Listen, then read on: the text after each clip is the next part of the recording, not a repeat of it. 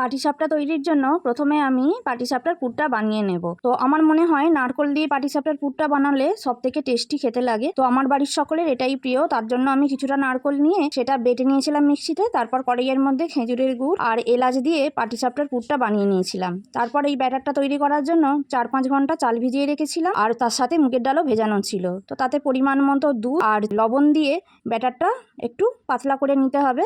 খুব পাতলা করলেও হবে না, যেন ঠিক মতো চালানো যায় সেরকম ব্যাটারটা তৈরি করে নিতে হবে।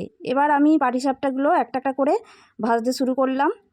এবার যখন একটু এপিট ওপিট হালকা ভাজা হয়ে যাবে, এটা আমার বাড়িতে তৈরি গাওয়া ঘি, আমি গাওয়া ঘি দিয়ে হালকা একটু মুচমুচে করে পাটিসাপটাটা ভেজেছিলাম। এইভাবে পাটিসাপটা ভাজলে কিন্তু সত্যি খুব অসাধারণ লাগে খেতে।